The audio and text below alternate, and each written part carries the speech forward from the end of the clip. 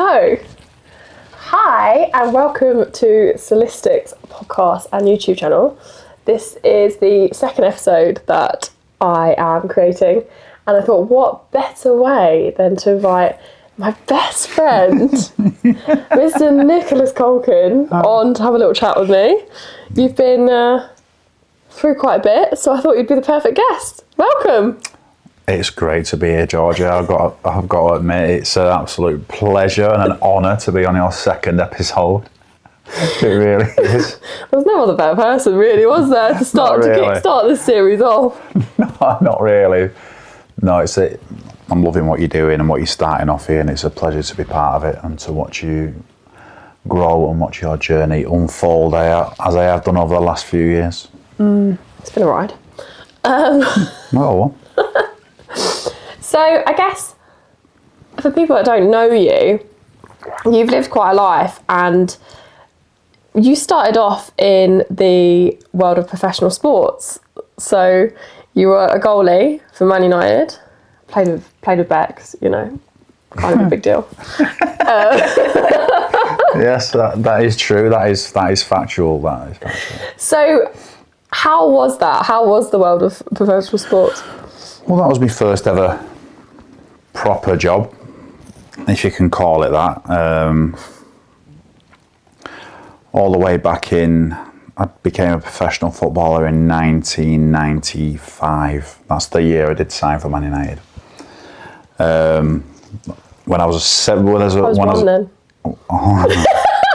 I was 17.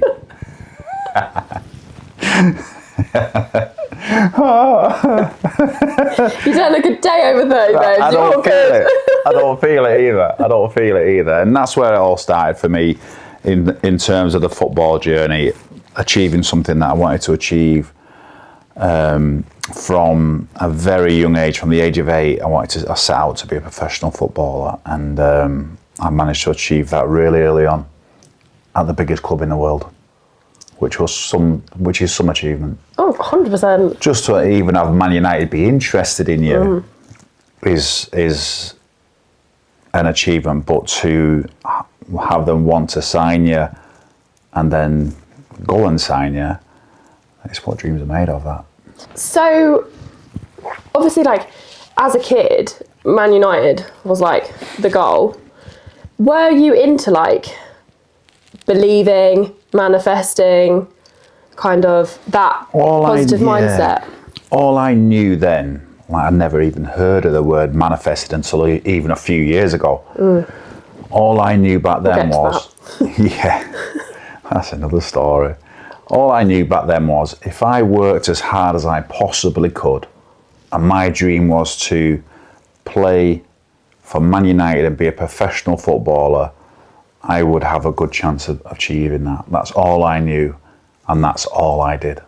And I trained, played as hard as I could, all the way up until I got an actual job at my local club on a youth training scheme at York City, and that's where Man United bought me from, my local hometown club. And how long were you with United for? So I signed August 95 and I left in 2002. So 7 years, 7 seasons.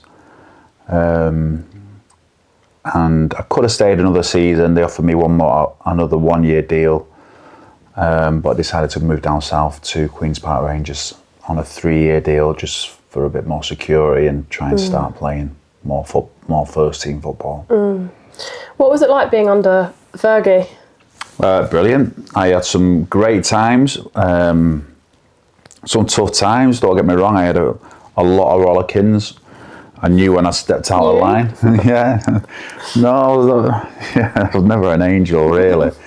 I got told off a few times. I sold me tickets. We used to get 2 complimentary tickets for every home game, and I used to sell mine. Used to get good money then. It was like the same when I was getting paid. And no one was coming up from York to see it. And I got caught, and they stopped me tickets and stuff like that. Yeah, just little things like that. I'll get like £300 for a game. I was like, oh, that's fun. Brilliant. Yeah, just little stupid things. But it was fantastic for me as a boss, as a, I want to say father figure. Is that too deep? Maybe. But as a disciplinarian. Disciplinarian. But because you were young there though, so it's easy to see him as kind of like a father figure. Of course, and I was 17, so he was excellent at, well, man managing you, if you like, in trying to keeping you on the straight and narrow. Don't be going out drinking. Don't be on the front pages of the newspapers. Be on the back pages. Get yourself a girlfriend. Learn how to cook. Buy a house. That sort of anything to keep us out of the limelight and just to focus on football. He would be instilling that in us every day. Are you glad that you were in professional sports before the world of social media? Absolutely, 100%. I honestly don't know how they cope now. I don't think I would like it now. The professional football, especially the high level ones, the elite ones, they cannot go anywhere now. Mm-mm. They can't go anywhere without being hounded for pictures or someone putting on social media, looking whoever, it could be anyone having a meal next to them, could be in Nando's, can't even go to Nando's. Yeah, it's tough for them now, but well, I don't feel sorry for them that much, to be honest. They're on a lot of money. Yeah. What was it like then? So you kind of dabbled, well, you are going back to dabble in professional sports in the boxing arena, and obviously it'd been a few years since you'd heard people chanting your name. What is that experience like when you're in the tunnel, you're walking out onto the pitch, like, just describe that for me, because that is just mad. Well, yeah, so the walking out onto the pitch, the adrenaline rush, it's like, it's really hard to explain, but it's like the build up to it. So in terms of the football, the tunnel, the warm up, the crowd gathering into the stadium, the smell of the food, just the atmosphere building. I'm there now. Yeah, I know.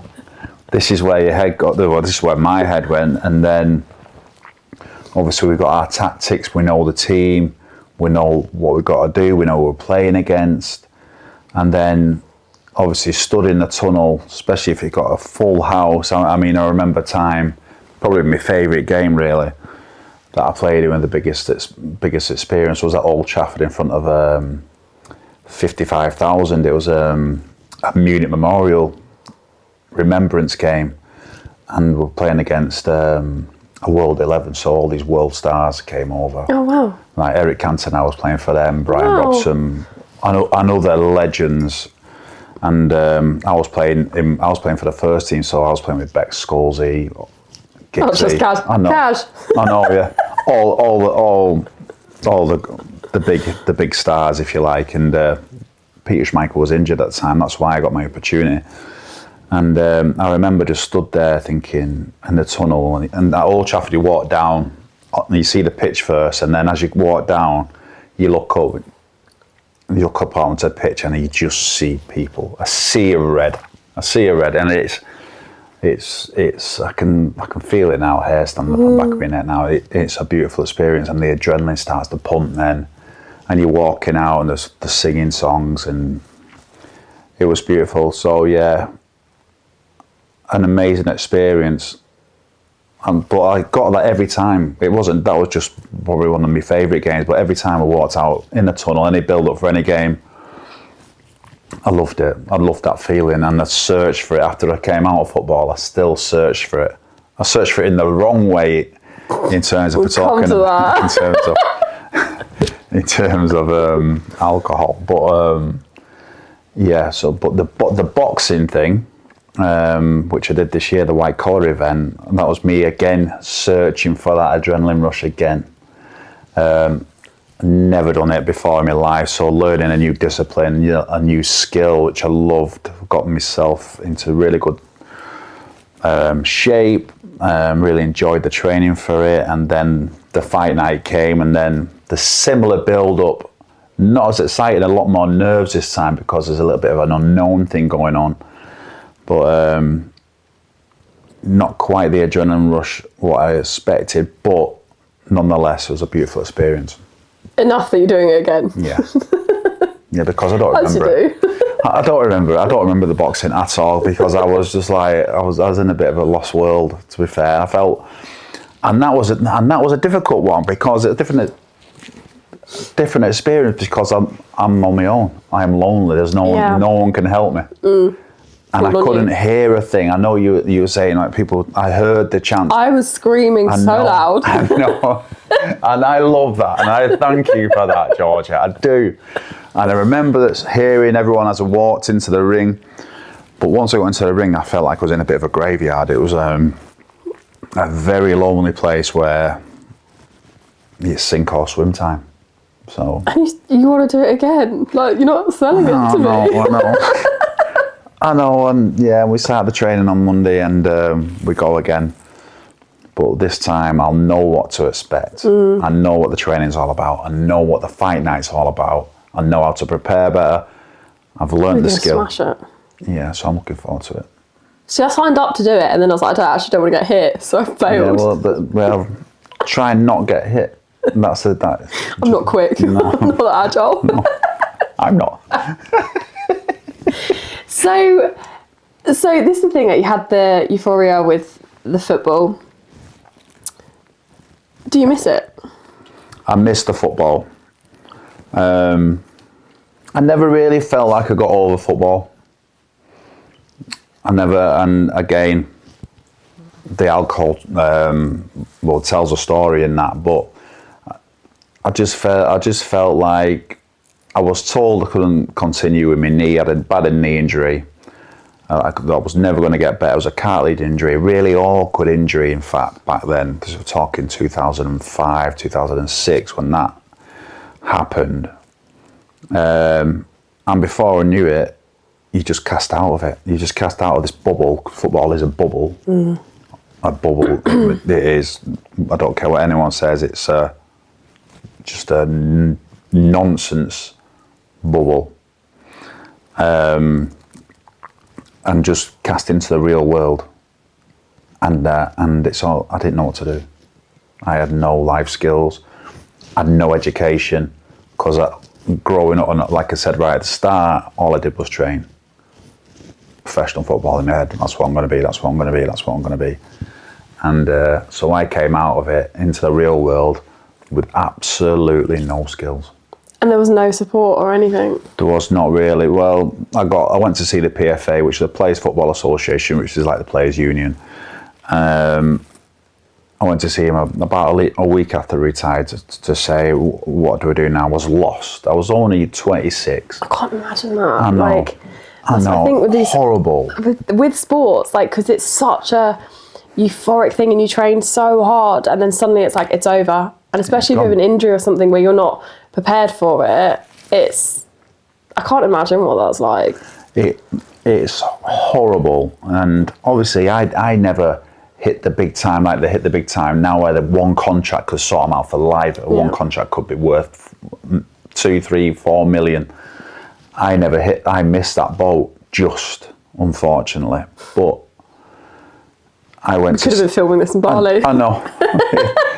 Looking out onto the sea, sunset going down. How beautiful is that? One day. I'm manifesting that right now.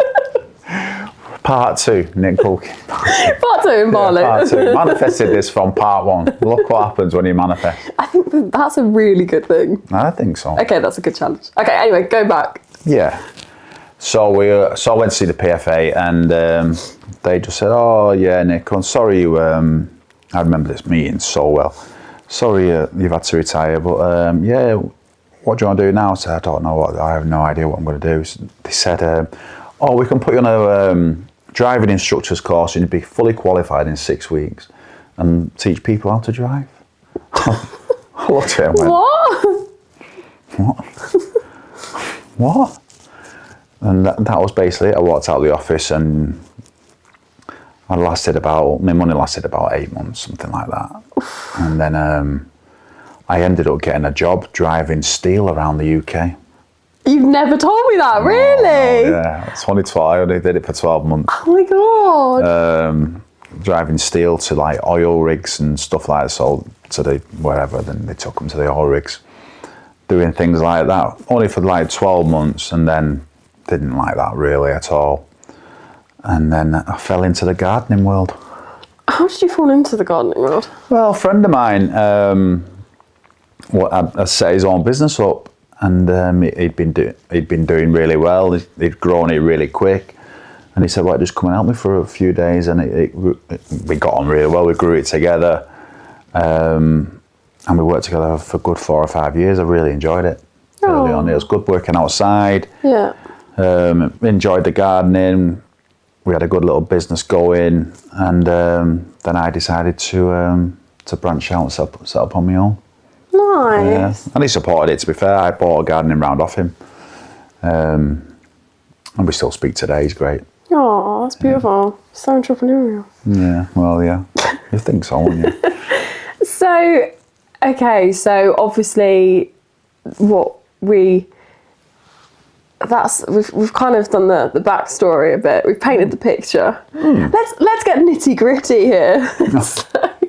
I love the nitty gritty. I never used to be good at awkward, tough conversations. I used to avoid them and run, but bring it on the nitty gritty. So obviously you have been on quite a healing journey. So we met during like the plant medicine realm, and I've seen you go through it quite a lot. But obviously, like you've touched upon it a lot. Like when your football career was over, alcohol became your crutch. Like, how did that go down? Well, if you ask anybody in my footballing teams I played for, does Nick Culkin like a drink? That everyone will go, absolutely yes. He loves it. You're the party one. Yeah, he loves a pint. He loves a pint. And I used to play up to that, to be honest, in the end. Yep. And when I came out of football, I continued to drink. I had a lot of time on my hands, so I continued to drink it, and it progressively got worse, to be honest. So I ended up drinking most nights. I used to love red wine, honestly, beautiful. Spend loads on wine, my favourite. And it just ended up getting worse and worse and more. Because I was searching for something that I didn't know. I was searching for an answer into what am I doing now? What is my next step? And I always used to think the answer was going to come through alcohol, which is, if anyone's searching for the answer through alcohol, change your tactic, because that ain't going to work. You're not finding anything apart from anxiety, illness, mental health, the list goes on. So I was searching for that, and I carried on with that drinking, searching for that drinking for about, well, until I was 42, 43. It's a long time. Yeah, so it carried on going through. And I was with me wife when I finished football, and we ended up getting separated when I was 33. And then it even got worse then, and it was just spiraling. I was hiding a lot of it. And you had the kids at the point as well. Yeah, I had my 2 boys as well. They just think I'd like a glass of wine on a night, and I did. I never really saw it. I never saw it. What was the turning point when you're like, this is an issue now? There was a picture of me. I went to Ibiza to play in a charity match. Got asked to go over there with some guys who play for an all-stars team, just all the great lads, all the lads out of Coronation Street, Emmerdale, Hollyoaks, and what have you. And I've gone, and I'm thinking, we've got the flight out. It's just over the weekend. It's Ibiza. I'm thinking, I am going to get absolutely drunk. So you had that intention? I knew I'm at the airport drinking. I thought I'm just getting right on it. Living up to my reputation. Oh, Nick, ego. Full of ego. Yeah. And I've turned up to this game drunk. You turned up drunk? Yeah, I thought I was all right though. So when I spoke to people afterwards, you were a little bit merry, as you say. And there's a picture of me at half-time asleep on the bench. Oh no! On the bench near the dugout. Yeah, and I'm like, if you look at me now, I'll show you this. I don't think I've showed you. You haven't shown me this. No, oh my god! I'm big. Really? Yeah, I'm big. Oh my I'm god! like that, and my head's down. And it was only when I seen the picture, when all the pictures came out from, because we had a photographer with us and stuff like that. It's only when I seen the picture that a light bulb moment came on. I thought, that is not good. That is not good. And there's a few pictures in that reel, in that reel, if you like, where I just look pretending to be happy, but knowing deep down I've got a problem here. But they didn't stop me drinking. So it'd be fine. But a seed was planted in my mind, thinking maybe I should do something about that. But I probably carried on for another 12 months before the final night came, where I've gone, I'm done. Really? I can't carry on anymore. I can't carry any more of this. It's causing me too much pain. I was getting dark thoughts. I'll touch briefly on the final night of me drinking. It was, I was going to my brother's, and I was drinking while I was driving, not even Fucking driving hell. after a night and getting in me van, if you like. I was getting drinks to drive to York, from Manchester to York. Fucking hell.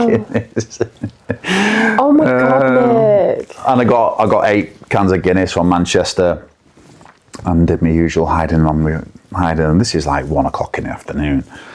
Hiding them on my way and drinking them there. And by the time I got to York, I'd drunk them. So I got another 8. Oh my and god, decided Nick. to start reminiscing and go to all the places where I used to play football, where I grew up, all the areas. And now my mind was starting to go under, like thinking, this is where I grew up, so I started to get a bit emotional. Then I went to my school. I was driving around absolutely drunk. Something that plagues me today with guilt. Nick, I know. And I was driving to my brother's, and I was like, I've had enough. And I'm like, I'm just going to crash. I'm just going to crash. I can't cope anymore. Anyway, I managed to get to my brother's, and my brother got me wine in, as he usually does. He's great like that. Very good host, Adam, my brother. And I sat and had my first bottle of wine. Gone, that goes within 45 minutes. And then I got my second wine open. And I remember I just started to cry. My eyes started watering. And my brother's looking over like, what's up with it? Watching a film or whatever. And I remember this clear, right? This is where the spiritual awakening comes in. Clear as day, voice coming into my head saying, Nick, enough is enough now. Enough is enough. And to this day, I think it was my mum getting in touch. I really do. Enough is enough. And I went, what's that? Looking around, what is that?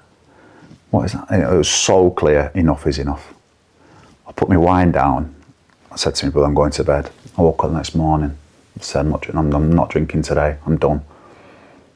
Never touched a drink. Never touched a drop since. Wow. And you ended up going to AA though, didn't you? Yeah. So I needed to learn what the triggers were. I needed to realise. I need to compare my journey with alcohol with other people's to see, am I the same as these people? Am I an alcoholic? Am I not an alcoholic? What is an alcoholic? There's no diagnosis for an alcoholic. You can be an alcoholic if you can call yourself an alcoholic if you have 1 bottle of wine a week. It's up to you to say whether you're an alcoholic or not. Now, I don't like the word, so I prefer not to carry that weight. I had a really bad problem with alcohol, an obsession, a really bad daily habit, unhealthy. Whether it doesn't matter, it's irrelevant whether I think I'm an alcoholic or I'm not an alcoholic. I just knew alcohol, I was done with alcohol, and it had to stop because something was going to happen. Someone was going to get hurt, or I was going to get hurt, whichever. So that's when the AA came into it. So it was like the 3rd of January I stopped in 2021. And brilliant. I went online, found this like AA online meeting. I went on joined this AA meeting online. My first thought was, nah, nothing like this. Nothing like them. They were all drinking vodka in the morning. I never touched any shorts, vodkas or anything like that. I just love Guinness and wine. So I felt, oh no, I'm nothing like this. But still, I held off it. I got to 10 days. In my mind, my ego was saying, just do dry Jan and then you'll be fine. You'll be fine. You can go back onto it. And then my friend Carl told me, who is an alcoholic, who I've known for years, and we've been out drinking over the years. He used to be a manager. I used to work for him as a coach. And I broke down to him for an hour. I said, this is what's happened. This is what I've been doing. He just said, Nick, why don't you just come to an AA meeting tonight with me? And I'm like, all right, I will do. So I went along and resonated with a lot of things they were saying, agreed with a lot of things they were saying, and stuck with it for a good few months to learn about alcohol, triggers, what it does. And it was very, very educational for me. I learned so much from it. But there was coming to a point where that journey was going to stop, going to the meetings and things like that. I needed to branch out because I did what they call a 12-step program with my sponsor, who ended up being Carl. And he took me through the steps, this 12-step program, which is brilliant, by the way, which can be used in any sort of walk of life. It really can. Not just addiction. But there was like a step 4, or maybe step 5, which is like a spiritual awakening, a higher power, where it really resonated with me, and I really went towards that because there was like meditations. Now, trying to meditate early on, whether you've tried that early on, when you're trying to turn a mind off, is like torture. Horrific. It's torture. So I'll try and meditate. So I might just sit in my van for like 10 seconds and straight away voice, what are you doing, what are you doing, what are you doing? But eventually with practice, meditation is a practice, the voice would quieten down, and that's what I really liked about the program, was the spiritual side. So from the meditations, I was branching out then into a spiritual world. So then you were trying to seek the answers in that way, a much healthier way. Much healthier way. But learning more about myself, learning why I did the things I was doing in terms of the drinking, the alcohol, the running away, the suppressing of emotions, feelings, hiding, the many, many masks that I used to wear that it took years to keep peeling them away, and I continue to peel them away today, to be my true self, to become my true self, which we are getting there. But the spiritual side has been a beautiful few years learning about myself and the things I've done. So how long did it take you? So you've got the inkling in AA that you want to go down the spiritual side. So you start the meditation and everything, and obviously I know you like to push everything to extreme and keep pushing. So when were you like, right, okay, I feel I'm there with that, let's try plant medicine? Like, how did that all come into your vortex to then go down that path? And tell me about your first time on mushrooms? Well, so the first time, so I was talking to my friend Helen. This is the first time I did mushrooms. She invited me to a ceremony. And me and Helen go back years. Helen does colonics. So, picture the scene. She's got a pipe in me. She's going, Nick, why don't you come to a mushroom ceremony? I'm like, yeah, why not? Usual, yeah, I'll try that. Usual me, I'll try anything once. Absolutely, anything once. You really will. Yeah, I actually really will. Anything, but twice to make sure I like it or I don't. But so she invited me to this this beautiful place in Stockport, and that was the first time I had a mushroom ceremony. First time I've ever had a mushroom, and that's what got me hooked.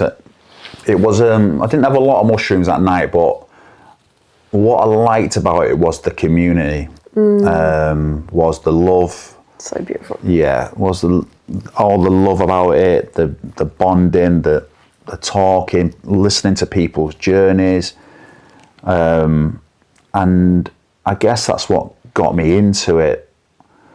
It was a few months afterwards that I went and I thought I'd experience it again, but that night I started to build like new friendships. So the old friendships are starting to move away. The new, like a new community, new friendships, and that was a night where I met Laura as well. Our good friend Laura, I met her there, and it was from meeting Laura where the other spiritual stuff like sound healings would start to come in. Then I'd learn about that and do that, and anything to try and keep my mind away from, because I was still early on out of from not drinking, so I was still working on keeping my mind away from the thoughts of alcohol and drinking. And the people associated with that life as well. Yeah, and the people associated with that, yeah. So obviously, like, you've been on the journey for a good few years now. You have done mushrooms, ayahuasca, sweat lodges, long dance, fasting for an obscene amount of time, like meditation, breathwork, the whole thing, cold water dipping, like you go all in. Yes, I do. And I mean, even from the time that I've known you, like 2 years now. You met me like 4 times and forgot my name 4 times. You've changed a lot since, and really been on quite a journey, which has been beautiful to see. But obviously, like you still play the All-Stars game with United, but you meet people that are like in the same boat that you were in, where they had this career, they're now struggling not having it, and they've turned to addictions, unhealthy addictions, to deal with it. When you're now in the place that you're at on the journey that you've gone on, how do you feel seeing that? Like, because you go back into that world that I imagine could trigger you quite a lot. Like, how do you navigate that? Yeah, I feel like I do see that, and a trigger. I feel like I've built enough tools now over the years to deal with any sort of triggers that come in. Don't get me wrong, I get thoughts of drinking coming in, but very, very rare now. The last time I had a really strong thought, I was away playing in Finland with Man United, with some of the ex-Man United lads, and I was so close. But it was the lads who said, "What are you doing?" Oh, really? Yeah. They would let you do it? Yeah. That's beautiful. What was the point? But I feel like I've got good tools now to deal with that. But I do see,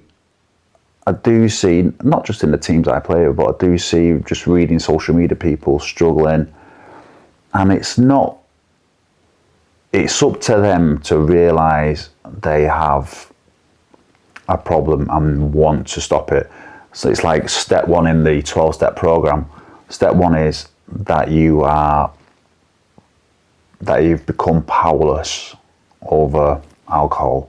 admit that you've got a problem, basically. And it's up to them to realise, to hold the hand up, white flag, I'm done. And when they realise that, that's when people like myself can step in and support and help and give advice, and because I've been there and I've been through it. The way I've dealt with the recovery from alcohol is a lot different to what other people deal with it. Everybody's different, but I've enjoyed the way I've built the tools to get away from them demons, in terms of, like you touched on before, doing the cold water dipping, the breath work, the cacao ceremonies, the sound healings, the sweat lodges, which are beautiful. And that's the thing, it doesn't even need to be psychedelics or like plant medicine. Like, there's so many modalities that can like 100%. Bring you so much peace and like switch that mind off and really heal your soul. I mean, sound is like on a cellular level. It's amazing. Yeah, and it is. And I completely agree. And I love to get at least one sound in a week. But you're so disciplined with that now as well. Yeah. Like, it's beautiful. And it's all basically free. And I think back to how much money I used to spend on drinking. It's thousands, a joke. And all the stuff now is like, don't get me wrong, the plant medicine, the mushrooms, the ayahuasca I did once, have helped. They've helped go in and heal deep traumas in terms of the relationship with my mum, the relationship with my dad, and things like that. Which have been amazing to experience, but on a daily to a weekly basis, all the stuff I do is free. Yeah, and it's beautiful for your soul, and it makes you feel really good. Really good. Just radiating at that different level. But surely though, like when you're around like the old teammates and stuff, they must be like, I want a bit of what you're having.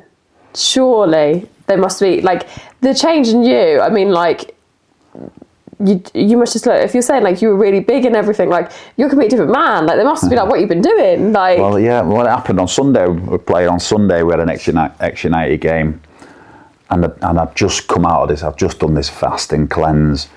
It was only supposed to be 3 days juice cleanse, and it ended up being 3 weeks. Obviously, push it to the max. That's what I mean, which is interesting. What you mentioned. We said this, like this becomes your addiction. The addict in me, which I don't think can turn off, but it's a healthy addict. Well, some people said it wasn't quite healthy what I was doing, but I basically did 2 weeks of just juicing, and then 1 week of just eating grapes.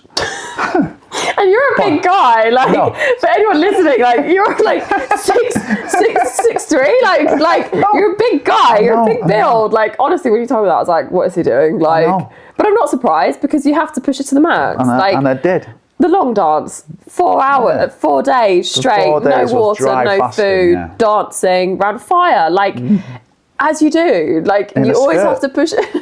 In a grass skirt, you always have to push it to the extreme.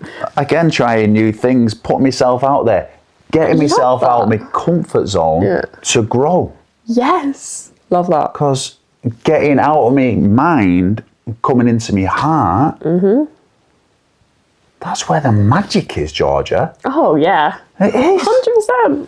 And yeah, the things I've done, like this year has been like ridiculous. I mean, in terms of this year. You had a mad year, but not even like really plant medicine wise. Well, you have done. I've done. Loads. Yeah.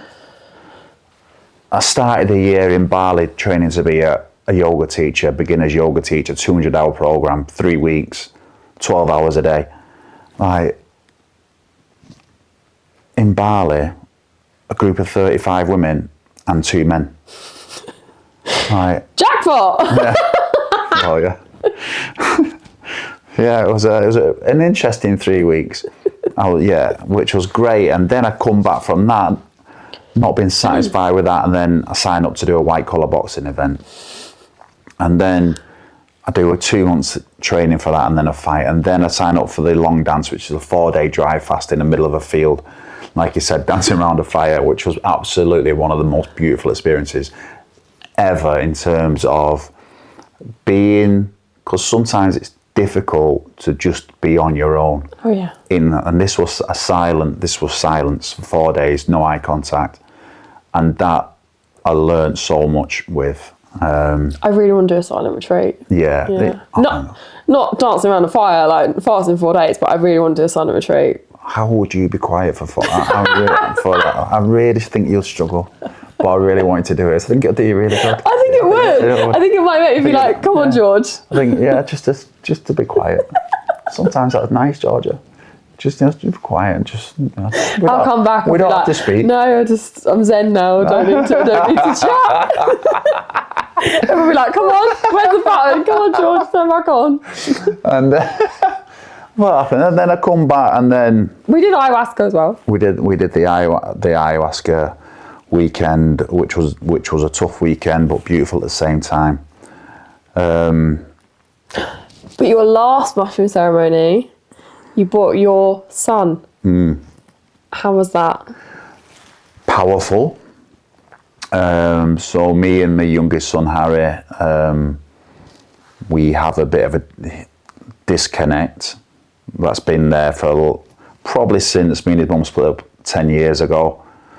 And I ended up being shown all the bad things, not bad things all the times I wasn't there for him, basically, where I should have been there and not listened to him when he's trying to communicate with me in his own way. Because he was only young when I left. He was only 6, and he's 16 now. And I had a really rough time, full of guilt. But from that night onwards, we bonded that night. It was a beautiful night. I know you were there experiencing it as well. But I had a bit of a rough time in that. But I learned so much again about myself. I apologised to him afterwards for my actions. But I also said that I really didn't know any other way on how to deal with it. So you could go down from my dad teaching me, because my dad never dealt with his emotions. He was just full of ego, full of alcohol as well at the same time. So we had a great chat afterwards. On that night, it was such a powerful night. Yeah, and then I do the 3-week fasting. And the grape cleanse, which by the way is amazing.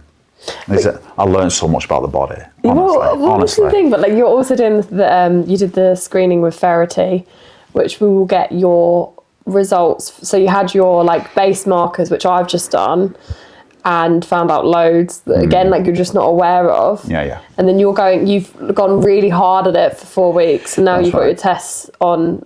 Like this weekend, so that's right. We'll have to get you back on, see how your test. 100%. So I've seen Verity over the last few years since I met her at a retreat when she was doing a test then, but I never really took it. She said, "Yeah, you need these supplements." Blah blah blah. This is over the years. I've got the supplements, took them, but never thought anything else of it. I feel all right. So, but when I went 6 weeks ago, which kicked on the fasting. It was the live blood analysis that she does.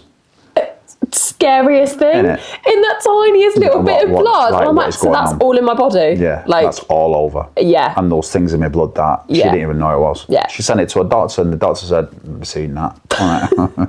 Oh, okay, great. Right, cheers for that. Right, Verity, what are we gonna do here? We're gonna cleanse your blood. Okay. We're gonna fix you because it's all reversible, and I think it's what people forget. It's like the body has. If you give it the chance to heal, put it in the right environment, and it will. Fuel it. The body doesn't want to destroy itself. It doesn't. It just needs the right fuel and the right environment to do the healing. Obviously, there's more extreme cases than others, but I do. And you've got to fully invest and believe it can. If you don't, then it's not gonna. So again, the mind comes into play, and the meditation will come into play. All the good stuff that we'll talk about before, the sound healing, the frequency. So I invested with Verity on a 3-month program where I go and see her every week. And so on Saturday we've got my first checkup to see. Hopefully we'll get some improvement from the first markers that I had, so I'm looking forward to that. So we'll have to document that. I just it's because you go to the gym, you track it with your PT, you do all these things, like you can meditate, you can do it, and I think that's the thing. Like I came to the realization, like I've done so much healing. Like when you go on like like your healing spiritual awakening journey, you do emotional, physical, mental health, like, did I say that? Oh, no, not the physical. Yeah, basically everything but the physical. And that's always the thing that I always neglected. But that went into like a lot more of like different emotions behind that and getting to the root. But the plant medicine and the breath work and the meditation and all of that and the sound got me to the answer of not caring about myself to then enough to look at the physical. And then it's only when we look at the physical, but like you could be the fittest person, but you might not know that your blood. Exactly. Like this, that was also so eye-opening for me. Is I'm like, you can have people fit as hell, like smash the gym and everything, and they check in, and you can check in with your therapist mentally, you can check in with yourself spiritually, emotionally, you can check in with your PT, but like the fundamental basic of your health, you can't get those results on like just a general doctor's blood test at all. No, she covers everything, and the supplements that comes out of it are like, and what the supplements do when you read into it, absolutely amazing. Yep. It's absolutely amazing. You go all in with the supplements. I know. So I found out, and this all comes back to drinking. One of my health issues was that I had stomach ulcers, and a hernia, this hiatus hernia in me. So I basically, all the acid in my stomach is whatever's protected. I don't really know the ins and outs, but the acid is having a field day in there, and it's caused ulcers on my stomach. Oh my God. So we are on a quest to heal them, because I've been struggling swallowing, and I used to get really bad acid reflux when I was drinking. Wow. So basically all the wine I was drinking has just stripped everything down, stripped it and like ruined it.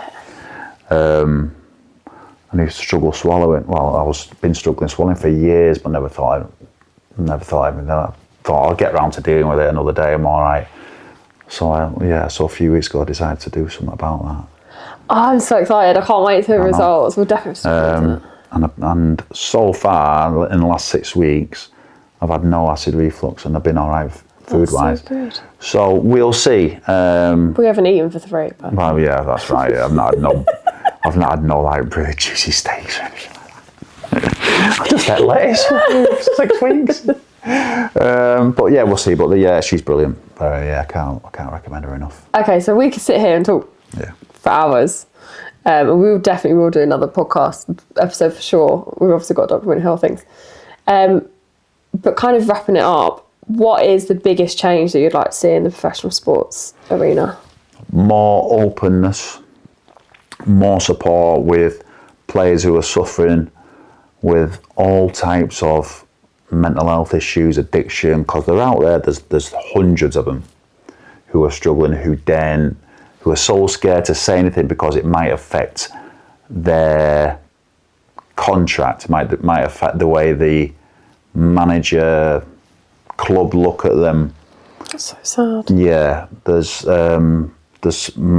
support out there, and it's better than what it was when I finished. I know that for a fact. Haven't you started working with a group? Yeah, so we are in the middle of nearly setting up a group circle, a little bit like AA sort of format, where players can come without anybody knowing to a secret location, and we can sit and we can chat and we can just lay it all out there, because talking's massive. Honestly, when you speak about it, it really does help. You feel lighter afterwards, and nobody needs to know, no agent needs to know, no club, no manager, no other teammates need to know. You can come there and just get it out, and then. So if there is someone listening to this that is in that realm, they can reach out to you directly, and just on Instagram, and they can point me in the right direction. Good. We're hoping to start it in the middle of this month, so. Amazing. It should be beautiful. You can bring all your breath work and your yoga. Well, that's what I'd like to do. Yeah. Beautiful. That is the plan. Beautiful. What is on the cards for the future for Nick then? Nick is going back to Bali and Thailand. He is training to be a cold water facilitator, so he has all the knowledge of that. He's doing a breathwork course, so we can bring that into the forefront.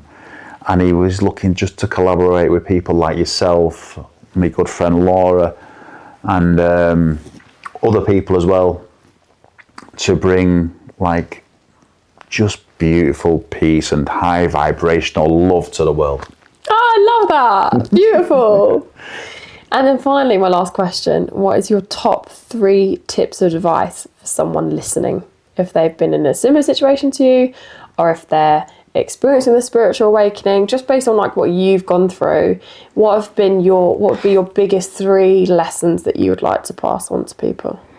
Biggest 3 lessons I would like. Pieces of advice. Pieces of advice is let go of the past. Look forward to the future. And you are strong enough. So beautiful. It's just like an Instagram quote post. It is, isn't it? It's said from the heart, though. It's said from the heart. I'll take that. Well, thank you so much, Namaste. Nick. Honestly, like, it's been such a joy, and I'm so glad that we've got to do this. So me too. Thanks for the invite. Again. Thank you. See you soon. Bye. Bye.